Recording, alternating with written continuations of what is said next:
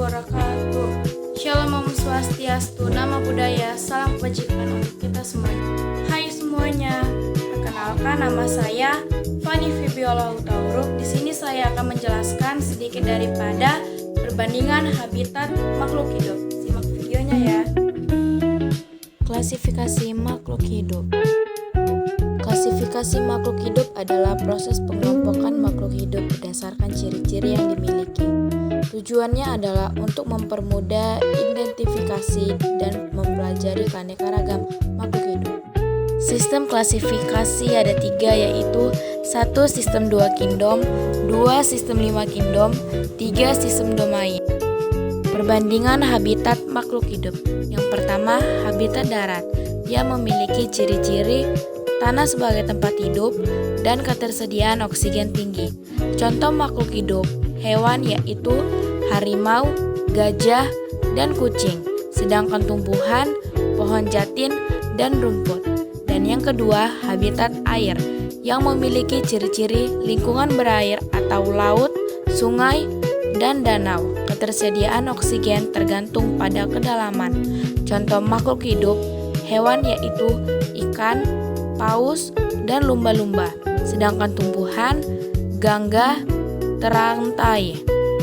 Dan yang ketiga, habitat ekstrim yang memiliki ciri-ciri lingkungan dengan kondisi ekstrim seperti suhu tinggi, suhu rendah, atau tekanan tinggi.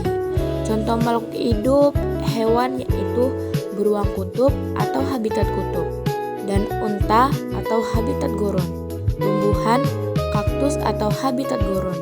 Dan yang keempat, habitat udara yang memiliki ciri-ciri lingkungan di atas permukaan tanah, ketersediaan oksigen tinggi. Contoh makhluk hidup hewan yaitu burung dan kelelawar.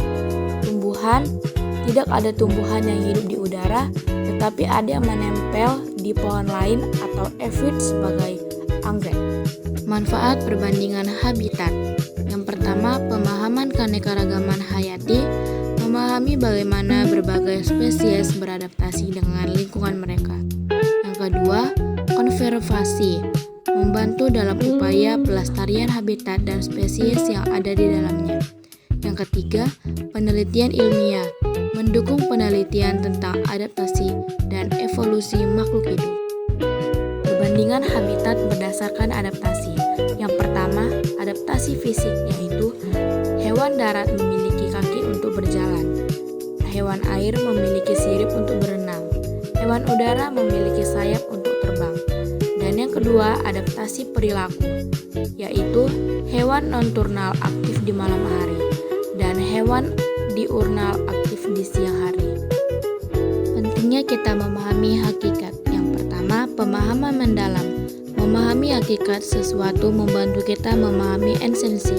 Yang kedua, pengambilan keputusan. Dengan memahami hakikat sesuatu, kita bisa membuat keputusan yang lebih tepat dan bijak. Dan yang ketiga, kajian filsafat. Memahami hakikat membantu dalam diskusi filsafat tentang eksistensi, realitis, pengetahuan.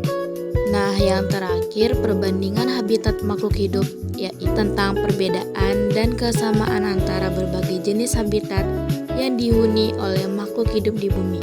Habitat adalah lingkungan tempat makhluk hidup, dan setiap habitat memiliki ciri-ciri unik yang mendukung kehidupan berbagai spesies.